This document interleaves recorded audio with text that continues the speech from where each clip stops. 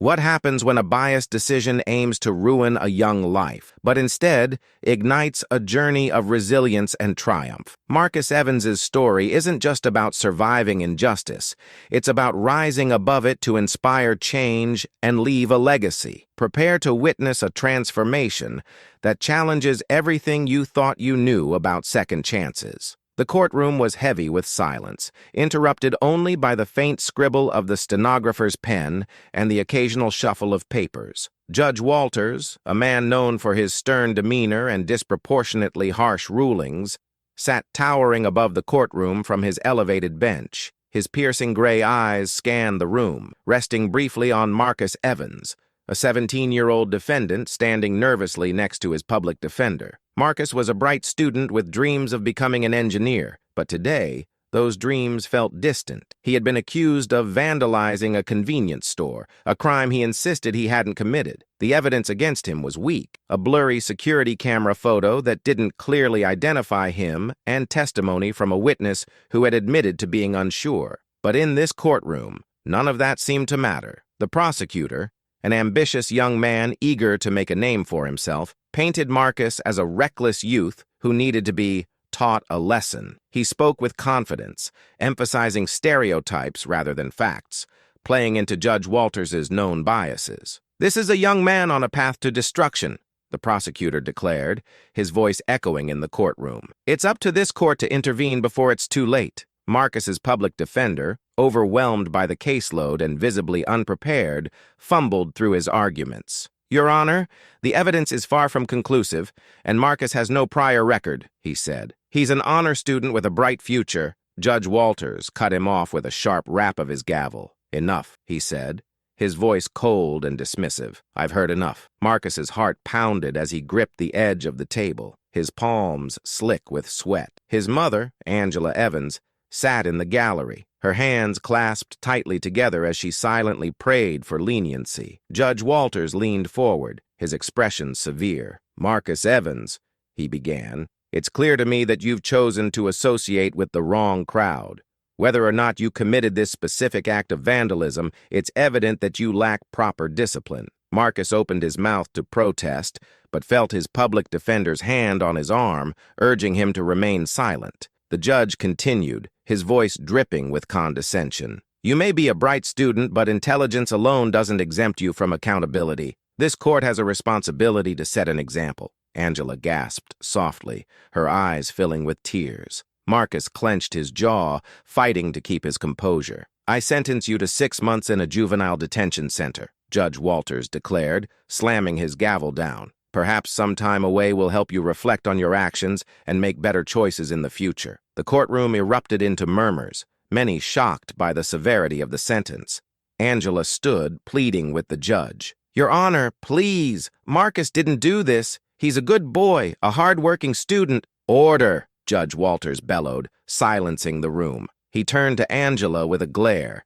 "This is my courtroom, Mrs. Evans. I suggest you sit down before I hold you in contempt." Angela sat, tears streaming down her face, as Marcus was led away by the bailiff. He turned back to meet his mother's eyes, a mix of fear and determination in his gaze. As the heavy courtroom doors closed behind him, Marcus made a silent vow. He would not let this injustice define him. He would prove them all wrong, Judge Walters included. The cold metal doors of the juvenile detention center slammed shut behind Marcus, the sound echoing down the sterile hallways. A uniformed officer led him to his assigned cell, where a thin mattress and a metal toilet awaited. The environment was harsh, devoid of warmth or comfort, a stark contrast to the life Marcus had known. For the first few days, Marcus struggled to adjust. The other boys in the facility eyed him with a mix of curiosity and suspicion. Some had been there for months, hardened by the system, while others kept to themselves, avoiding eye contact and conversation. Marcus felt out of place, the weight of his sentence pressing down on him. The daily routine was grueling, early wake-ups, chores, and long hours of silence, broken only by the occasional outburst from other detainees. Meals were bland, and personal time was minimal. Marcus kept his head down, hoping to avoid trouble, but the stigma of his sentence followed him everywhere. "You think you're better than us, huh?"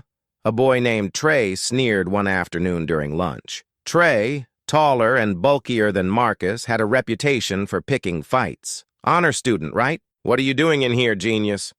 Marcus ignored the taunt, focusing on his tray of food. But Trey wasn't one to let things go. Hey, I'm talking to you, he said, shoving Marcus's tray off the table. The cafeteria went silent, all eyes on Marcus. He clenched his fists but resisted the urge to retaliate. He knew that a fight would only make things worse. I don't want any trouble, Marcus said calmly, standing to leave. Trey smirked. Yeah, that's what I thought. The encounter left Marcus shaken, but more resolved than ever to rise above his circumstances.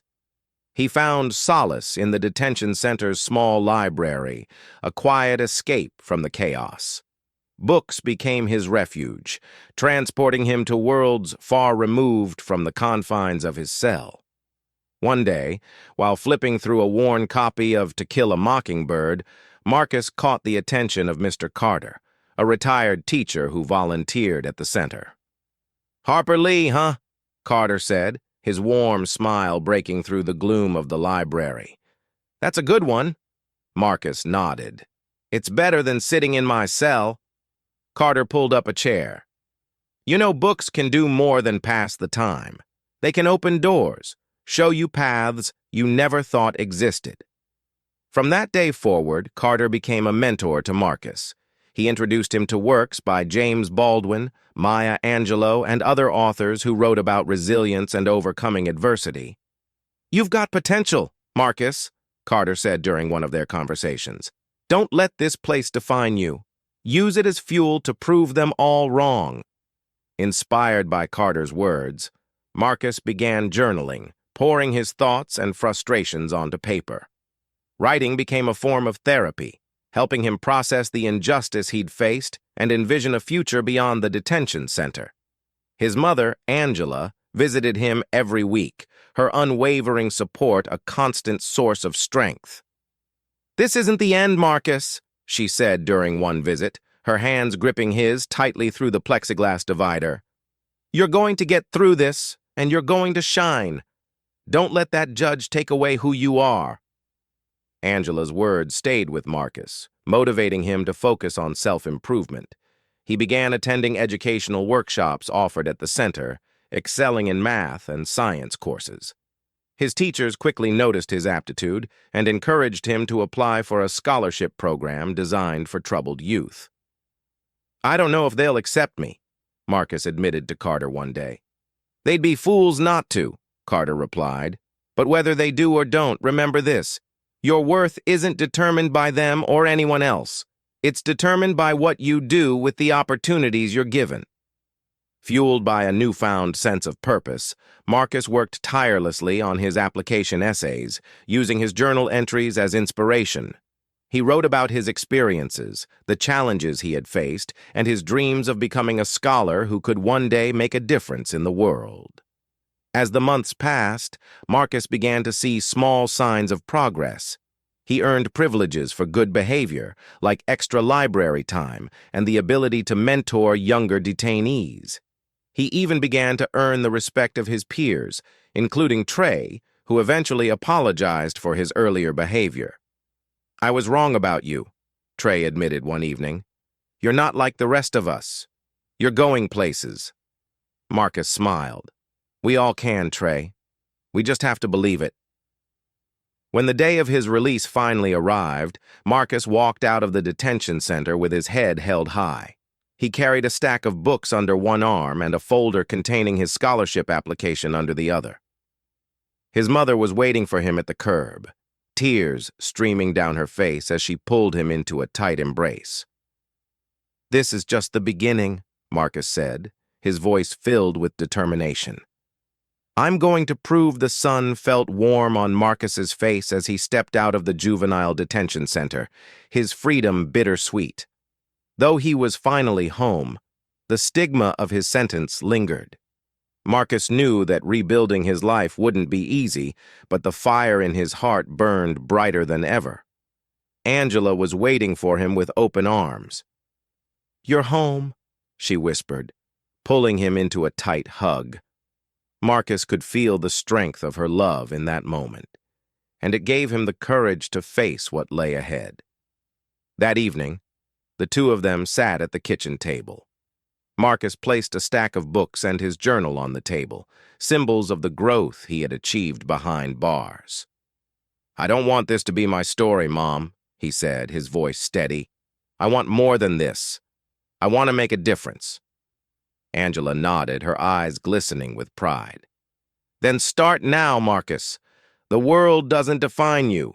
You define yourself." The first step was re-entering school, a daunting prospect.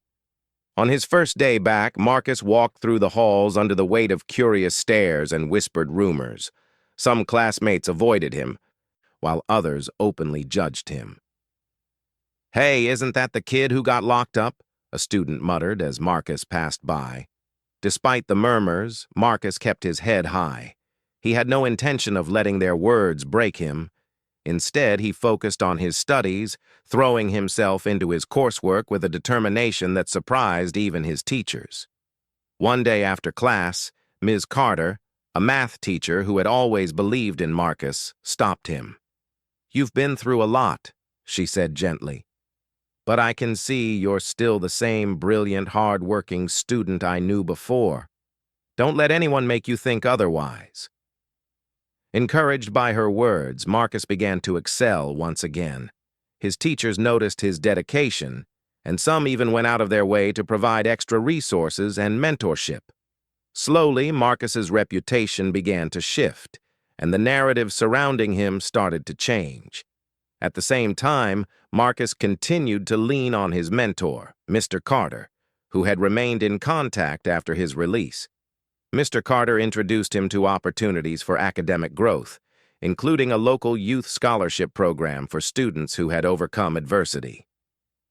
"This could be your chance," Mr. Carter said, handing Marcus a pamphlet for the program. Marcus hesitated. "Do you think they'd even consider me?" "They'd be lucky to have you," Mr. Carter replied firmly. "But you have to believe that first." With the support of his mother and mentors, Marcus began working on his application. He spent countless nights at the kitchen table, pouring his heart into the essay. He wrote about his journey, his mistakes, and the lessons he had learned. "I've been underestimated before," Marcus wrote in one passage, "but I've come to realize that what others think of me doesn't matter. What matters is how I rise above their expectations." Submitting the application was a moment of both hope and fear. Angela held his hand as they mailed the envelope, her faith in him unwavering. "No matter what happens, I'm proud of you," she said. While waiting for a response, Marcus didn't let up. He began volunteering at a local community center, tutoring younger kids who reminded him of himself. He saw their potential, just as Mr. Carter had seen his, and wanted to make a difference in their lives. Finally, after weeks of anticipation, a letter arrived in the mail. Angela held the envelope with trembling hands as Marcus opened it. His eyes widened as he read the first line. "Congratulations, Marcus Evans. You have been selected as a recipient of the Bright Future Scholarship." Tears welled up in Angela's eyes. "You did it, Marcus," she said, her voice breaking. Marcus smiled, his heart swelling with pride and gratitude. "We did it, Mom," he replied. "This is just the beginning." The scholarship wasn't just an opportunity. It was a lifeline, a chance for Marcus to rewrite his story and prove to the world that he was more than a statistic. The scholarship opened a new chapter in Marcus's life, one filled with both challenges and opportunities. Enrolling at a local college under the Bright Futures Scholarship Program, Marcus stepped onto campus for the first time with a mixture of excitement and trepidation. The whispers and judgment he had faced back home still lingered in his mind, but he reminded himself that this was his chance to start anew. On his first day, Marcus attended an orientation session where he met other scholarship recipients. Some had stories similar to his, setbacks, struggles, and the resilience to rise above them. Others were curious about his quiet but determined demeanor. "Hey, I'm Amanda," a fellow student said, extending her hand. "You seem focused. What's your story?" Marcus hesitated before replying. "I'm just here to make the most of this opportunity." He wasn't ready to share everything yet, but he could sense that this new environment was different. People here were interested in his potential, not his past. The academic workload was intense, but Marcus thrived under the pressure. He spent late nights in the library poring over textbooks and completing assignments with the same tenacity that had helped him through his time in juvenile detention. Professors quickly took notice of his dedication, often praising him for his insightful contributions in class. "You've got a sharp mind, Marcus," his history professor remarked after a particularly engaging discussion about social justice movements. "Have you ever thought about pursuing law or public policy?" The suggestion planted a seed in Marcus's mind. He had spent so much time thinking about how the justice system had failed him. Perhaps he could one day be part of changing it. Meanwhile, Marcus's commitment extended beyond academics. Inspired by the mentorship he had received, he began volunteering at a local nonprofit that worked with at-risk youth. He led workshops on resilience and goal setting, sharing parts of his story to inspire others. "Life doesn't always give you a fair start," he told a group of teens one afternoon, "but you can take control of what comes next. You can write your own story." The kids listened intently, many nodding in agreement. For Marcus, these moments were as rewarding as his academic achievements. He saw himself in those young faces, and it fueled his desire to keep pushing forward. Despite his progress, Marcus still faced challenges. At times, the weight of his past felt like a shadow he couldn't escape. During a campus networking event, he overheard two students whispering about him. "Isn't he the guy who went to juvie?" one asked, his tone skeptical. "Yeah, I heard something about that," the other replied. "Not sure why they let him in here." The comments stung, but Marcus didn't let them deter him. He channeled his frustration into action, working harder and proving himself through his achievements. One day, as part of his volunteer work, Marcus was invited to speak at a community event. The audience included educators, activists, and local leaders. Standing at the podium, Marcus shared his journey for the first time in its entirety. "I was judged unfairly," he began, his voice steady, "but I refuse to let that be the end of my story. I've learned that resilience isn't just about surviving, it's about thriving, even when the odds are against you." His speech received a standing ovation. Among the attendees was a local attorney, Mr. Jennings, who approached Marcus afterward. "You've got something special, Marcus," Jennings said.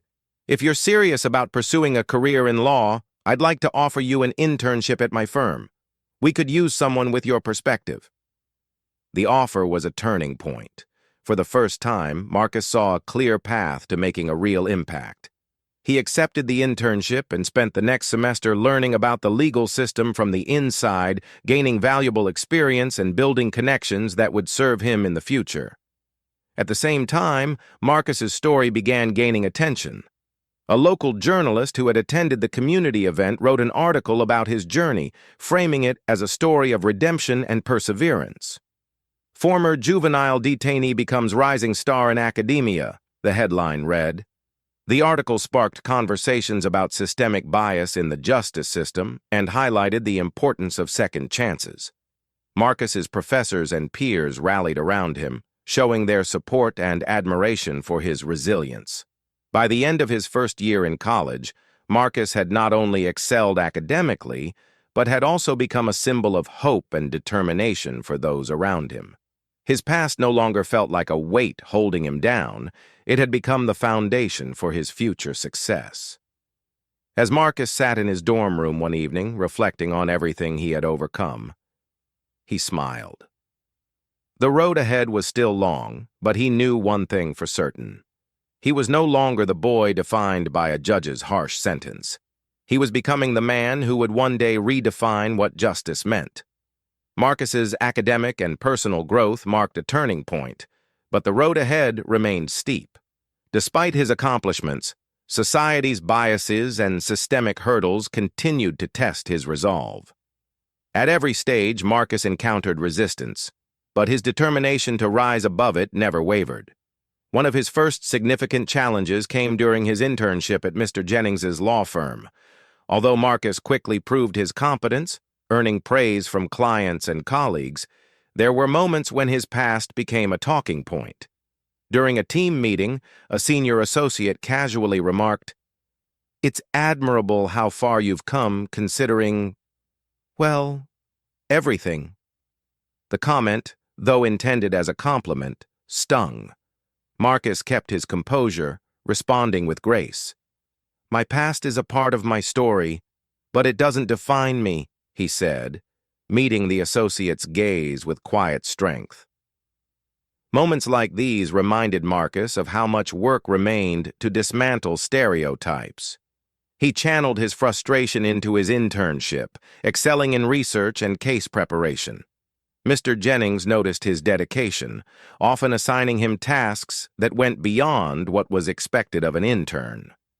"Marcus," Jennings said one day, handing him a folder of documents, "I trust you with this. Your perspective is invaluable, and I think you'll bring something unique to this case." Outside of the firm, Marcus continued to face societal prejudice. During a networking event at the university, a recruiter from a prestigious organization hesitated after reviewing his resume. "You've got an impressive record," the recruiter said, his tone hesitant, "but your background could be a concern for some of our stakeholders." Marcus took a deep breath before responding. "My background is the reason I'm here today," he said firmly. "It taught me resilience, accountability, and the importance of justice. Those are qualities your organization could benefit from." Although the recruiter's expression remained unreadable, Marcus refused to let the encounter shake him. He knew his worth and was determined to find opportunities that aligned with his values.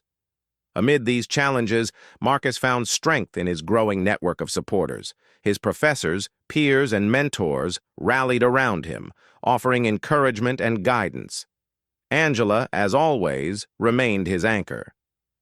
"You've already proven so much," she reminded him during one of their phone calls. "Keep going, Marcus. They can't stop you." Marcus also found solace in his work with the community. His volunteer efforts expanded, and he began organizing workshops for at-risk youth, focusing on legal literacy and self-advocacy. "Knowledge is power," he told a group of teens one afternoon. "When you understand your rights and know how to navigate the system, you can take control of your future." The workshops gained attention, and Marcus was soon invited to collaborate with local organizations that supported juvenile justice reform. His insight and passion made him a valuable advocate, and his reputation as a leader continued to grow. One pivotal moment came when Marcus was invited to testify at a state hearing on juvenile justice reform. Standing before lawmakers, he shared his story with honesty and conviction. "I'm not here to talk about what happened to me," he began, "but about how many young people are still trapped in a system that doesn't see their potential. We need to invest in opportunities, not punishment." His testimony resonated deeply, sparking meaningful discussions about policy changes. It was a moment of validation for Marcus, proof that his voice could make a difference. Despite his progress, Marcus's journey wasn't without setbacks. Balancing his academic workload, internship, and advocacy work often left him exhausted. There were nights when doubt crept in, whispering that his efforts might not be enough to overcome the barriers ahead. During one particularly challenging week, Marcus confided in Mr. Carter, his former mentor. "What if I can't keep this up?" he asked, his voice heavy with exhaustion. Mr. Carter smiled gently. "Marcus, you've already climbed mountains most people wouldn't dare to face. Don't let a few steep hills make you forget how far you've come. Rest if you need to, but don't stop." Reinvigorated by Mr. Carter's words, Marcus pushed forward with renewed determination. By his final year at university, He had built a resume that stood out not just for its accomplishments, but for the story of resilience and growth it represented. One day, as Marcus walked through campus, he noticed a group of students gathered around a bulletin board. Curious, he approached and saw a poster for an upcoming leadership conference. To his surprise, his name was listed as one of the keynote speakers. "You've become quite the figure around here," a classmate said, smiling. Marcus chuckled. "I guess I have," he replied, feeling a quiet pride in how far he had come. The conference was a resounding success, with Marcus delivering a powerful speech about overcoming adversity and using challenges as stepping stones. His words inspired countless attendees, many of whom approached him afterward to share their own stories of struggle and perseverance. By the time Marcus graduated, he had not only achieved academic excellence, but had also become a force for change in his community. His past, once a source of shame, had transformed into a testament to his strength and determination.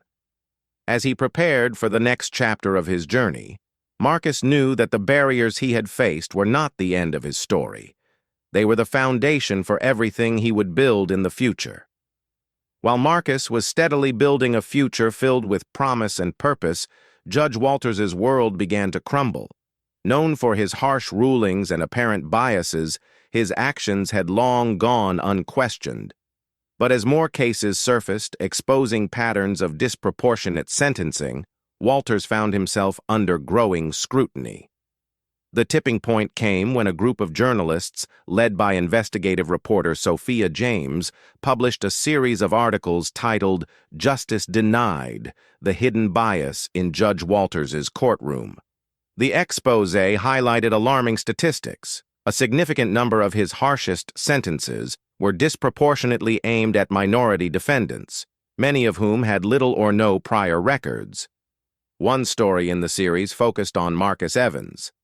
The article detailed how Walters had ignored evidence and dismissed the pleas of a young man with a clean record, sentencing him to juvenile detention based on personal bias rather than the facts of the case.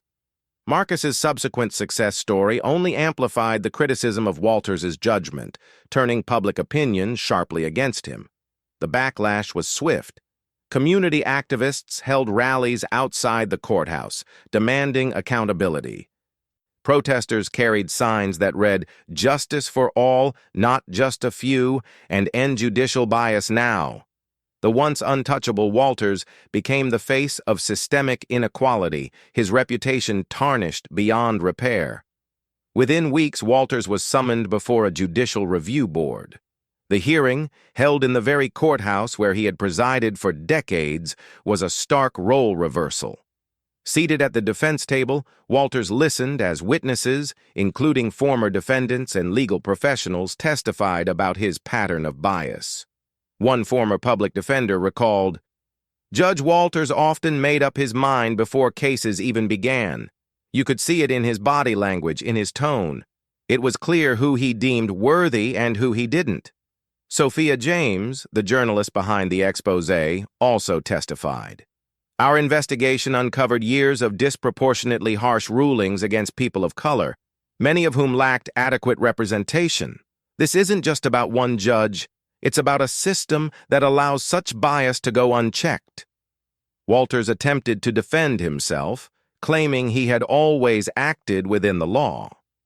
"I've dedicated my career to upholding justice," he said, his voice strained. "Any mistakes I've made were unintentional." But his words rang hollow in the face of overwhelming evidence. The review board, after weeks of deliberation, issued its decision. Walters was found guilty of judicial misconduct and was forced to resign. The fallout was monumental. Walters's resignation sent shockwaves through the legal community, sparking renewed calls for reform. Advocacy groups pushed for mandatory bias training for judges and greater oversight of the judicial system. Marcus, now a respected scholar and advocate, watched the events unfold with a mix of emotions. He had moved past the pain of Walters's actions, focusing instead on his own growth and the change he could create. But seeing justice finally served brought a sense of closure. In an interview with a local news outlet, Marcus reflected on the situation. "This isn't about revenge," he said. "It's about accountability. What happened to me should never happen to anyone else. I hope this is a step toward a more just and equitable system." Despite the disgrace of Walters's downfall, Marcus chose to focus on the lessons it offered. He wrote an op-ed for a national publication, calling for systemic changes to prevent bias in the judiciary. His words resonated with readers across the country, sparking conversations about the need for transparency and fairness in the legal system. One evening, Marcus attended a town hall meeting on criminal justice reform, where he was invited to speak. Standing at the podium, he addressed the crowd with the same calm confidence that had carried him through his challenges. "Accountability isn't just about punishing those who've done wrong," he said.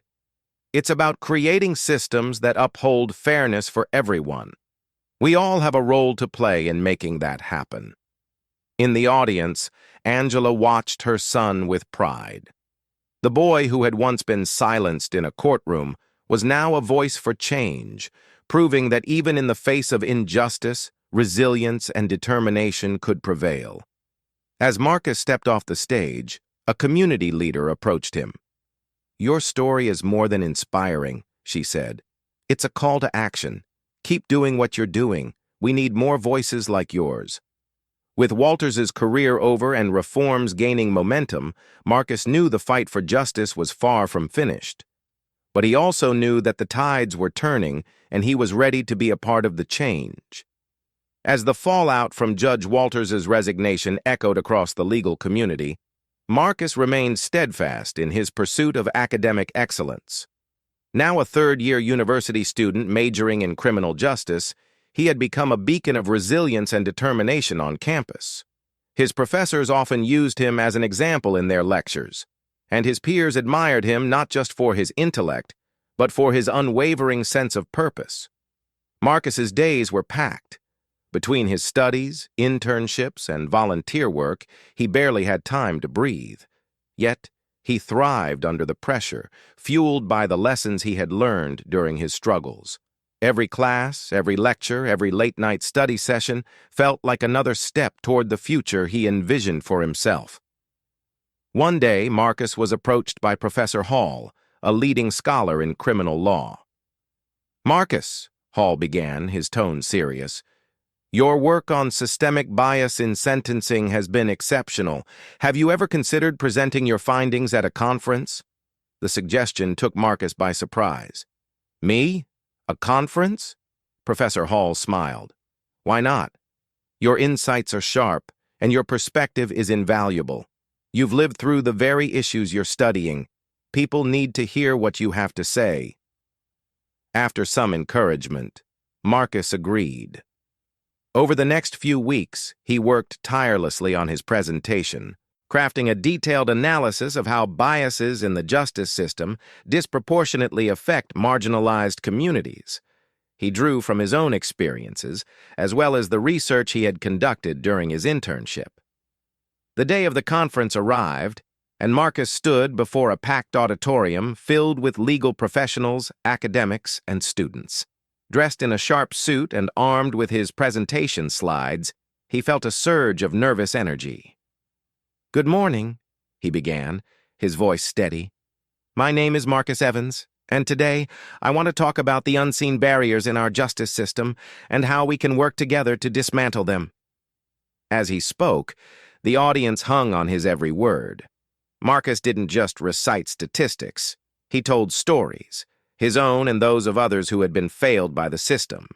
He emphasized the importance of accountability, education, and advocacy in driving change. By the time he finished, the room erupted into applause. Several attendees approached him afterward, commending him for his courage and insight. "You have a gift, Marcus," one attendee said. "Your story is powerful, but your vision for change is even more impactful. Don't stop sharing it." The conference was a turning point for Marcus. It not only boosted his confidence, but also opened doors to new opportunities. Invitations to speak at other events and collaborate on research projects began pouring in. Marcus even received an offer to co-author a paper with Professor Hall for a prestigious law journal. Back on campus, Marcus's success inspired his peers. Many students who had faced their own struggles began seeking his advice, viewing him as a mentor and role model. He took the time to listen to their stories, offering guidance and encouragement. "Your journey isn't over," he told one student who had considered dropping out. "It's just beginning. Don't let anyone, or anything, tell you what you can't do." As graduation approached, Marcus reflected on how far he had come. The boy who had once been sentenced unfairly now stood as a shining example of perseverance and possibility. Angela, who had supported him every step of the way, couldn't contain her pride. "You're unstoppable, Marcus," she said, tears streaming down her face as she hugged him tightly. "I always knew you'd make it." The graduation ceremony was a moment of pure triumph. Dressed in his cap and gown, Marcus walked across the stage to receive his diploma. His name was met with cheers and applause from classmates, professors, and even strangers who had followed his story. As Marcus accepted his diploma, he paused to look out at the crowd. His gaze found Angela, who was standing, clapping, and beaming with pride. In that moment, Marcus felt the weight of his journey, every challenge, every setback, every moment of doubt, and the strength it had given him. The ceremony concluded with a speech from the valedictorian, who acknowledged Marcus in her address. "Some of us are here because we were given opportunities," she said. "But Marcus Evans is here because he created his own. His story reminds us all of the power of resilience and determination." After graduation, Marcus began preparing for law school, having been accepted into a highly competitive program. But before he left, he attended one final event at the university, a community dinner honoring students who had overcome adversity.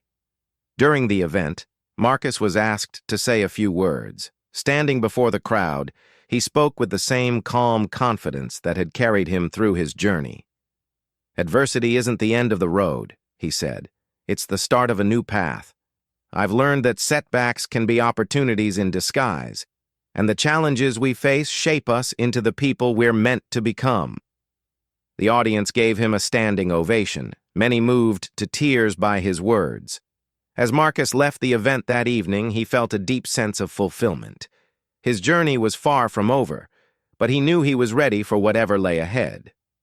Years later, Marcus stood at the steps of a courthouse, the same imposing structure where Judge Walters had once unfairly sentenced him. The weight of that moment lingered as Marcus adjusted his tie, preparing to walk inside, not as a defendant, but as an invited speaker for a justice reform panel.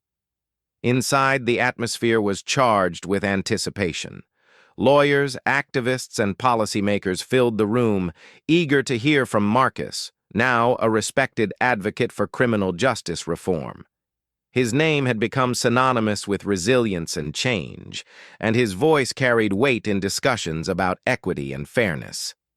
As Marcus prepared to take the stage, a familiar face entered the room. Judge Walters. The once imposing figure now appeared older, his shoulders slightly hunched. Walters's career had ended in disgrace, and he had spent the intervening years in relative obscurity. Yet curiosity, or perhaps guilt, had brought him to this event. Marcus noticed him immediately, but remained composed. He wasn't here to dwell on the past. He was here to focus on the future. Taking the podium, Marcus began his speech. "The justice system is meant to uphold fairness, but too often it becomes a tool for perpetuating inequality. I stand before you today, not because the system worked for me, but because I refused to let it define me." He spoke about his journey, his struggles, and the mentors who had helped him turn his life around. He emphasized the importance of accountability, both personal and systemic, and called for reforms that would ensure others wouldn't face the same injustices he had. As Marcus spoke, he caught Walters watching from the back of the room, his expression unreadable. When the speech ended, the audience erupted into applause, many rising to their feet. Marcus stepped off the stage, greeted by attendees eager to shake his hand and share their admiration. Judge Walters waited until the crowd thinned before approaching. When their eyes met, Walters hesitated, then extended a hand. "Marcus," he said, his voice quieter than Marcus remembered, "I've been following your story. You've achieved something remarkable." Marcus accepted the handshake, his expression calm but firm.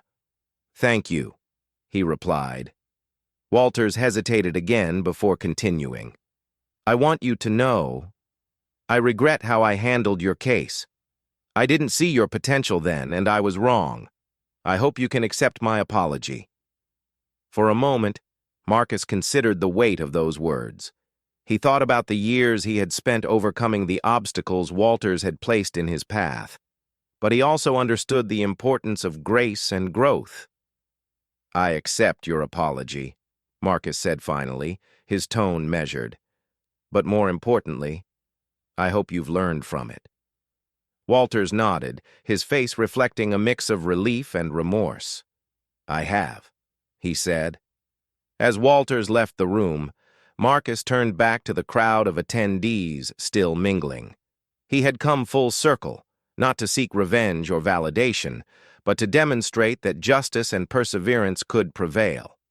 That evening, as Marcus walked out of the courthouse, he paused on the steps, looking out at the bustling city. He felt a sense of closure, but also a renewed commitment to his mission. His journey wasn't just about his own success. It was about creating a better system for everyone. The auditorium buzzed with quiet anticipation as Marcus took the stage for one of the most significant speeches of his career. This wasn't just a gathering of students, educators, and community leaders. It was a moment to reflect on the journey that had brought him here and the lessons that could inspire others. Marcus stood before the crowd, his presence commanding yet approachable. His voice was steady, filled with conviction. "When I was 17, he began, "I stood in a courtroom where my fate was decided by someone who couldn't see beyond their own biases. I felt small, powerless. But that day, I made a decision. I wouldn't let someone else's judgment define my future." He paused, scanning the room as the audience hung on his every word. We all face moments in life when we're underestimated, dismissed, or held back. Those moments can break us, or they can become the foundation for our strength.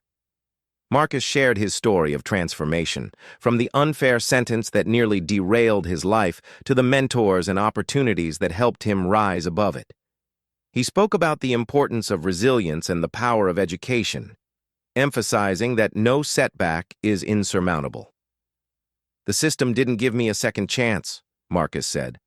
"I had to fight for it, and that fight taught me the most valuable lesson. Your circumstances don't define you, your choices do."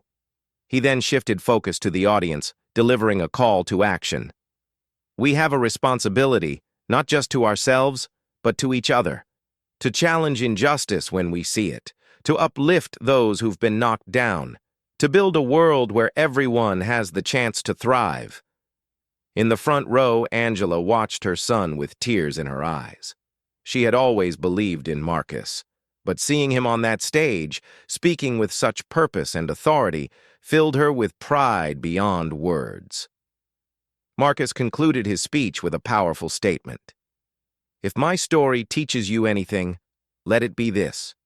No matter how difficult the road, there's always a way forward. And when you find that way, use it to light the path for someone else." The audience rose to their feet, their applause thunderous. People approached Marcus afterward, sharing how his words had moved them, how his story had given them hope. As the event wound down, Marcus stepped outside to take in the quiet of the evening. He looked up at the stars, a symbol of endless possibilities, and smiled. His journey had been filled with challenges, but each obstacle had shaped him into the person he was today. This wasn't the end of his story. It was another chapter in a lifelong mission to inspire change, empower others, and remind the world that even in the face of adversity, greatness is possible.